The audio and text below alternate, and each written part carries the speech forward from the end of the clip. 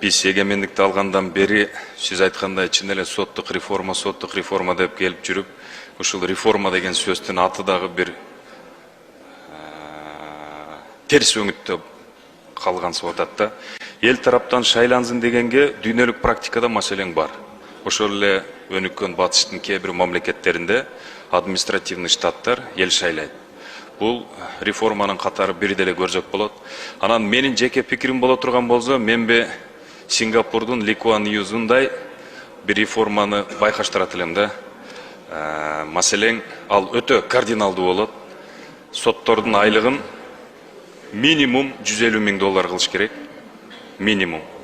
И сот тармагында мурда иштеп көрбөгөн адамдарды маселең алып көрүш керек. Өйдөдө айтылгандай, мамлекетте инвестициялык, экономикалык, туризм багытындагы бардык жакшы жагдайлар соттун чечимдерине караша маанилүү болот. Бирок эми аны үчүн биздин коомдун дагы укуктук нигилизми, аң сезими башка багытта болушу керек. Азырынча акырын шаг за шагом этот процесс идет деген ойдомун. А жана эл шайлоо боюнча негизи дүйнөлүк практикада мындай бар.